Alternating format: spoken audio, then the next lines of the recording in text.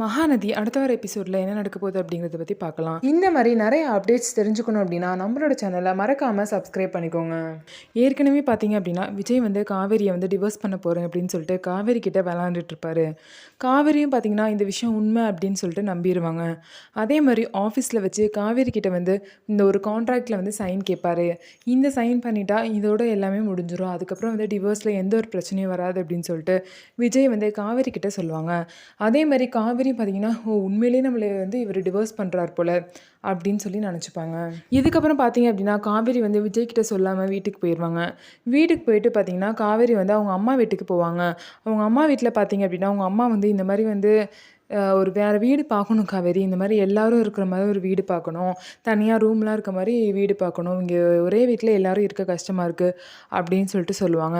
உடனே காவேரி வந்து என்ன நினைப்பாங்க அப்படின்னா இதுதான் கரெக்டான நேரம், நம்மளும் வந்து அம்மா வந்து வீடு பார்க்குற இடத்துக்கே நம்மளும் கிளம்பி அவங்க கூடயே போயிடலாம் அப்படின்னு சொல்லிட்டு காவேரி வந்து நினைப்பாங்க.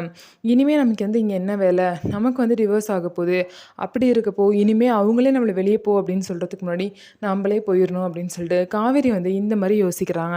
சரிம்மா கண்டிப்பாக பார்க்கலாம், நம்ம நாளைக்கே போய் ஒரு வீடு பார்க்கலாமா அப்படின்னு சொல்கிறாங்க. ஏன் காவேரி நீ இவ்வளோ அவசரப்படுற, இருடி பொறுமையாக பார்த்துக்கலாம் அப்படின்னு சொல்லிட்டு அவங்க அம்மா சொல்கிறாங்க. இல்லை அவசியம் இருக்குது, நாளைக்கே நம்ம போய் வீடு பார்க்கலாம் அப்படின்னு சொல்லிட்டு அடுத்த நாளே காவேரி வந்து அவங்க அம்மாவை கூட்டிகிட்டு அப்புறம் கங்கா எல்லாமே சேர்ந்து வீடு பார்க்குறாங்க. அதே மாதிரி அவங்க தேடுற மாதிரியே ஒரு வீடு வந்து கிடைக்குது. அந்த வீடுக்கு பார்த்திங்கன்னா வாடகை வந்து கொஞ்சம் கூட சொல்கிறாங்க. இருந்தாலும் காவேரி வந்து பரவாயில்ல நான் பார்த்துக்கிறேன், இந்த வீட்டுக்கு தான் நம்ம போகிறோம் அப்படின்னு சொல்லிட்டு விஜய் வீட்டிலேருந்து ரொம்பவே தூரமான ஒரு வீட்டை வந்து சூஸ் பண்ணுறாங்க காவேரி. அந்த வீடெல்லாம் பார்த்ததுக்கப்புறம் காவேரி வந்து அந்த வீட்டுக்கு ஷிஃப்ட் ஆகிற வேலையெல்லாம் பார்க்குறாங்க. அதே மாதிரி அவங்க அம்மா வீட்டிலேருந்து எல்லாமே கிளம்பி அந்த வீட்டுக்கு போயிடுறாங்க. முன்னாடியே காவேரி பார்த்திங்கன்னா அவங்களோட திங்ஸ்லாம் எடுத்துகிட்டு கிளம்புறாங்க. இதை பார்த்த தாத்தா வந்து காவேரி எங்கேம்மா நீ கிளம்புற, பேக்லாம் எடுத்துகிட்டு என்னாச்சு எங்கே கிளம்புற அப்படின்னு சொல்லிட்டு கேட்குறாங்க. அதுக்கு காவேரி பார்த்திங்கன்னா இல்லை தாத்தா நான் உங்களுக்கு அப்புறமா எல்லா விஷயத்தையும் சொல்கிறேன், நான் ஃபோனில் எல்லா விஷயத்தையும் சொல்கிறேன் தாத்தா, இப்போதைக்கு என்கிட்ட எதையுமே கேட்காதீங்க அப்படின்னு சொல்லிட்டு காவேரியும் வந்து பார்த்திங்கன்னா கிளம்பி போயிடுறாங்க. இதுக்கப்புறம் பார்த்திங்க அப்படின்னா தாத்தா வந்து விஜய்க்கு ஃபோன் பண்ணி விஜய் என்னாச்சு விஜய், எதுவும் பிரச்சனையா உனக்கும் காவேரிக்கும் அப்படின்னு கேட்குறாங்க. ஏன் தாத்தா என்னாச்சு, ஏன் இப்படி கேட்குறீங்க அப்படின்னு சொல்லிட்டு விஜய் கேட்குறாரு. இல்லை காவேரி வந்து அவளோட திங்ஸ் ட்ரெஸ் எல்லாத்தையும் எடுத்துகிட்டு இந்த மாதிரி கிளம்புறா அப்படின்னு சொல்லிட்டு சொல்கிறாங்க. ஏன்னு கேட்டால் எதுவுமே சொல்லாமல் ஒரு பதிலுமே சொல்லாமல் நான் ஃபோனில் சொல்கிறேன் தாத்தா அப்படின்னு சொல்லிட்டு கிளம்புறா, அதான் எதுவும் பிரச்சனையான்னு சொல்லிட்டு நான் உனக்கு கால் பண்ணேன் அப்படின்னு சொல்கிறாங்க. என்ன சொல்கிறீங்க தாத்தா, காவேரி வந்து கிளம்புறாளா, ஏன் இவன் இந்த மாதிரி பண்ணுறா, நான் விளையாட்டுக்கு தான் பண்ணுறேன்னு கூட அவனால் புரிஞ்சுக்க முடியலையா. இல்லை தாத்தா இந்த மாதிரி நான் கம்பெனியில் 50% ஷேரை வந்து காவேரி பேரில் எழுதி வைக்கணும்னு சொல்லிட்டு ஒரு கான்ட்ராக்ட்லாம் சைன் வாங்கிட்டு வந்தோம்ல தாத்தா, அது வந்து காவேரிக்கு சர்ப்ரைஸாக இருக்கட்டும் அப்படின்னு சொல்லிட்டு காவேரி கிட்ட வந்து டிவோர்ஸ்க்காக தான் அவங்ககிட்ட சைன் வாங்கிட்டு இருக்கேன் அப்படின்னு சொல்லிட்டு அவளை வந்து விளாண்டுட்டு இருந்தேன் அவள் கூட, ஆனால் அவள் வந்து அதை சீரியஸாக எடுத்துக்கிட்டு தான் இந்த மாதிரி பண்ணிட்டு இருக்கா போல அப்படின்னு சொல்லிட்டு விஜய் வந்து தாத்தா கிட்ட சொல்கிறாங்க. என்ன சொல்கிற விஜய், என்ன டிவோர்ஸா, ஏன் இப்படிலாம் நீ காவேரி கிட்ட விளாட்ற, காவேரி உன் மேலே உயிரே வச்சிருக்கா, அப்படி இருக்கும்போது நீ இந்த மாதிரி டிவோர்ஸ் அது இதுன்னு சொல்லிட்டு விளாண்டு அவள் ஏதாவது தப்பான முடிவு எடுத்துக்கிட்டா என்ன பண்ணுறது, இப்போயே வீட்டை விட்டு கிளம்பி போகிறா, நான் எப்படி அவளை சமாதானப்படுத்துறேனே தெரில, ஏன் விஜய் இந்த மாதிரி நடந்துக்கிற, நீ என்ன பண்ணுவேன்னு தெரியாது, காவேரி திரும்ப இந்த வீட்டுக்கு வரணும் அப்படின்னு சொல்லிட்டு தாத்தா வந்து விஜய் கிட்ட சொல்கிறாங்க. உடனே விஜயும் பார்த்தீங்கன்னா அட விடுங்க தாத்தா இதெல்லாம் ஒரு விஷயமே இல்லை, அவள் வந்து புரியாமல் உண்மை தெரியாமல் தான் இந்த மாதிரி பண்ணிகிட்ருக்கா, இந்த விஷயத்த நான் பார்த்துக்கிறேன் தாத்தா நீங்கள் ஃப்ரீயாக விடுங்க அப்படின்னு சொல்லிட்டு விஜயும் விட்டுடுறாங்க. இதுக்கப்புறம் பார்த்தீங்க அப்படின்னா விஜய் வந்து கங்காவுக்கு கால் பண்ணுறாங்க. கால் பண்ணி இந்த மாதிரி காவேரி அங்கே இருக்காளா அப்படின்னு கேட்குறாங்க. காவேரி எங்கள் கூட தான் இருக்கா விஜய், இந்த மாதிரி நாங்கள் வேறு வீடு வந்து ஷிஃப்ட் பண்ணுறோம், சரி அப்புறம் சொல்லிக்கலாம் அப்படின்னு சொல்லிட்டு நாங்கள் சொல்லலை இன்னும், அதனால அந்த வேலையெல்லாம் பார்த்துட்ருக்கோம், காவேரியும் என்னமோ எங்கள் கூட வரேன்னு சொல்கிறா, என்ன ஆச்சுன்னு கேட்டால் ஒன்றுமே சொல்ல மாட்றா, உங்களுக்கும் அவளுக்கு ஏதாவது பிரச்சனையா அப்படின்னு சொல்லிட்டு கங்கா வந்து விஜய் கிட்டே கேட்குறாங்க. ஒரு சின்ன மேட்ரு தான், உங்களுக்கு நான் அப்புறம் சொல்கிறேன், காவேரி இப்போ உங்கள் கூட தானே இருக்கா, சரி எனக்கு லொக்கேஷன் ஷேர் பண்ணுங்கள் நான் உடனே வரேன் அப்படின்னு சொல்லிட்டு விஜயும் சொல்கிறாங்க. சரி விஜய் நான் உடனே லொக்கேஷன் ஷேர் பண்ணுறேன் அப்படின்னு சொல்லிட்டு கங்காவும் விஜய்க்கு வந்து லொக்கேஷனை ஷேர் பண்ணுவாங்க. அதுக்கப்புறம் பார்த்தீங்க அப்படின்னா விஜய் வந்து கங்கா வந்து சென்ட் பண்ண லொக்கேஷனை தேடி கண்டுபிடிச்சி காவேரி வந்து புதுசாக போயிருக்க வீட்டுக்கு வந்து போயிடுறாங்க. விஜய் பார்த்தீங்க அப்படின்னா காவேரியை பார்க்கறதுக்காக அவங்க புதுசாக மாறி இருக்க வீட்டுக்கு வந்து போயிடுவாங்க. அங்கே போனதுக்கப்புறம் பார்த்தீங்கன்னா இந்த மாதிரி கங்கா வந்து இந்த மாதிரி காவேரி விஜய் வந்திருக்காங்க பாரு அப்படின்னு சொல்லிட்டு சொல்லுவாங்க. உடனே காவேரி வந்து விஜயை பார்த்துட்டு எதுக்கு இவர் இங்கே வராரு தேவையில்லாமல் அப்படின்னு சொல்லிட்டு சொல்லுவாங்க.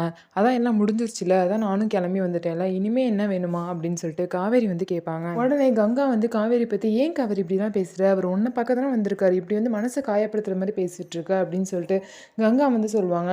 ஃபஸ்ட்டு நீ எதுக்காக இங்கே கிளம்பி வந்த இங்கே கூட அப்படிங்கிற காரணத்தை முதல்ல சொல்லு அப்படின்னு சொல்லிட்டு கங்கா வந்து சொல்லுவாங்க. சொல்லுங்க விஜய், உங்கள் 2 பேருக்கு என்னதான் பிரச்சனை, எதுக்கு காவேரி வந்து கிளம்பி இங்கே வந்தா அப்படின்னு சொல்லிட்டு கங்கா வந்து கேட்பாங்க. காவேரி வந்து நான் டிவோர்ஸ் பேப்பரில் கையெழுத்து போட சொன்னேன், அவளும் போட்டா, அதுக்கப்புறம் தான் வேலை முடிஞ்சிருச்சு அப்படின்னு சொல்லிட்டு கிளம்பி வந்துட்டா அப்படின்னு சொல்லிட்டு விஜய் வந்து சொல்லுவாங்க. என்னது டிவோர்ஸ் பேப்பரா, என்ன சொல்கிறீங்க அப்படின்னு சொல்லிட்டு கங்கா அவங்க அம்மா பாட்டி எல்லாமே ஷாக் ஆயிடுவாங்க. ஆமாம், டிவோர்ஸ் பேப்பர் தான், நான் கூட இப்போ எடுத்துகிட்டு வந்திருக்கேன் அவங்க எல்லாத்துட்டும் காமிக்க அப்படின்னு சொல்லிட்டு அந்த டிவோர்ஸ் பேப்பர் அப்படிங்கிற அந்த கான்ட்ராக்ட் பேப்பரை வந்து எடுப்பாங்க. விஜய் பார்த்தீங்கன்னா அந்த கான்ட்ராக்ட் பேப்பரை எடுத்துட்டு இந்த மாதிரி கங்கா கிட்ட கொடுப்பாங்க. கங்கா வந்து விஜய் பார்த்து சொல்லுவாங்க, நீங்கள் இப்படி பண்ணுவீங்கன்னு நான் கொஞ்சம் கூட நினச்சி பார்க்கவே இல்லை விஜய். என்னதான் வெண்ணிலா வந்து உங்கள் கூட இருந்தாலும் காவேரி மேலே நீங்கள் அவ்வளோ லவ்வாக இருந்தீங்க, அவளை ஏமாத்தமாக இருக்கீங்க அப்படின்னு சொல்லிட்டு நான் ரொம்ப சந்தோஷமாக இருந்தேன். ஆனால் இப்போ என்னென்னா டிவோர்ஸ் அப்படின்னு சொல்லிட்டு வந்து நிற்கிறீங்க, ஏன் இப்படி பண்ணுறீங்க, காவேரி வாழ்க்கையில் எதுக்காக விளையாடுறீங்க அப்படின்னு சொல்லிட்டு கங்கா வந்து கேட்பாங்க. அதுக்கப்புறம் பார்த்தீங்கன்னா கங்கா வந்து அந்த டிவோர்ஸ் பேப்பர் அப்படின்னு சொல்லிட்டு நினச்சிட்டு இருக்க அந்த கான்ட்ராக்ட் பேப்பர் வந்து கிழிக்க போவாங்க. இருங்க இருங்க, அவசரப்படாதீங்க, அது கிழிக்காமல் ஒரு நிமிஷம் அதில் என்ன எழுதியிருக்கு என்ன அப்படிங்கிறத படித்து பாருங்கள் அப்படின்னு சொல்லிட்டு விஜய் வந்து கங்கா கிட்ட சொல்லுவாங்க. அதுக்கப்புறம் பார்த்தீங்கன்னா கங்காவும் அதை படித்து பார்ப்பாங்க. படித்து பார்த்ததுக்கப்புறம் தான் தெரியும் அது வந்து ஒரு டிவோர்ஸ் பேப்பர் கிடையாது, காவேரிக்காக கம்பெனியில் 50% ஷேர் வந்து எழுதி வைக்கிற அந்த ஒரு கான்ட்ராக்ட் பேப்பர் அப்படிங்கிற விஷயம் கங்காவுக்கு தெரிய வரும். இந்த விஷயம் தெரிஞ்சோன்னே பார்த்தீங்கன்னா கங்கா வந்து ரொம்பவே சந்தோஷமாகறாங்க. அவங்க மூஞ்சி வந்து சோகமான இருந்ததுலேருந்து ரொம்பவே ஹாப்பியாக மாறுது. இதை பார்த்தா எல்லாரும் எங்க கங்கா என்ன எழுதியிருக்கிறதுல அப்படின்னு சொல்லிட்டு எல்லாமே கேட்குறாங்க. உடனே வந்து காவேரியும் பார்த்தீங்கன்னா அங்கே தான் இருக்காங்க. கங்கா வந்து சொல்கிறாங்க, இது டிவோர்ஸ் பேப்பரும் இல்லை ஒன்றும் இல்லைம்மா, இது வந்து காவேரி பேரில் கம்பெனிலேருந்து 50% ஷேரை வந்து விஜய் வந்து எழுதி வச்சுருக்காரு, அந்த பேப்பரில் தான் காவேரி கிட்டேயும் சைன் வாங்கியிருக்காரு, அது புரியாமல் காவேரி தான் டிவோர்ஸ் அது இதுன்னு நினச்சிட்டு நம்ம கூட கிளம்பி வந்துட்டா அப்படின்னு சொல்லிட்டு கங்கா வந்து எல்லார்கிட்டையும் சொல்லுவாங்க. இதை கேட்ட எல்லாரும் பார்த்திங்கன்னா சந்தோஷமாவாங்க. காவேரி பார்த்திங்கன்னா ரொம்பவே ஷாக் ஆகி நிற்பாங்க. என்னது 50% ஷேரா, அப்புறம் எதுக்காக நம்மள்ட்ட டிவோர்ஸ்னு போய் சொல்லணும், எதுக்கு இப்படி விளாண்டாங்க நம்மள்ட்ட அப்படின்னு சொல்லிட்டு காவேரி பார்த்திங்கன்னா ஷாக் ஆகி நிற்பாங்க. விஜய் பார்த்திங்கன்னா ஒரு மாதிரி நக்கலாக சிரிச்சுக்கிட்டே காவேரியை பார்ப்பாங்க. என்ன காவேரி, டிவோர்ஸ் பேப்பரா, டிவோர்ஸ் பண்ணிக்கலாமா அப்படின்னு சொல்லிட்டு கேட்பாங்க. எதுக்காக என்கிட்ட இப்படிலாம் விளாட்றீங்க அப்படின்னு சொல்லிட்டு காவேரியும் விஜயை பார்த்து கேட்பாங்க. சரி, நான் தான் சைன் போட சொன்னேன், நீயும் ஒன்று கூட படித்து பார்க்காம சைன் போட்டிய காவேரி, அவ்வளோ நம்பிக்கையா என்ன என் மேலே, டிவோர்ஸ் அப்படின்னு சொன்னோன்னா உடனே நம்பிட்டியே அப்படின்னு சொல்லிட்டு விஜய் வந்து நக்கலாக காவேரியை பார்த்து கலாய்ப்பாங்க. அதுக்கப்புறம் விஜய் வந்து காவேரியை பார்த்து கிளம்பு நம்ம வீட்டுக்கு போகலாம் அப்படின்னு சொல்லிட்டு சொல்லுவாங்க. அதுக்கப்புறம் காவேரி பார்த்தீங்கன்னா ஓடி போய் விஜய் வந்து ஹக் பண்ணிப்பாங்க. ஹக் பண்ணிவிட்டு அழுவாங்க. விஜய் ஹக் பண்ணிட்டு காவேரி பார்த்தீங்கன்னா அழுவாங்க. என்னாச்சு காவேரி, ஏன் இப்படி அழுகுற, உனக்கு என்னாச்சு அப்படின்னு சொல்லிட்டு விஜய் வந்து கேட்பாங்க.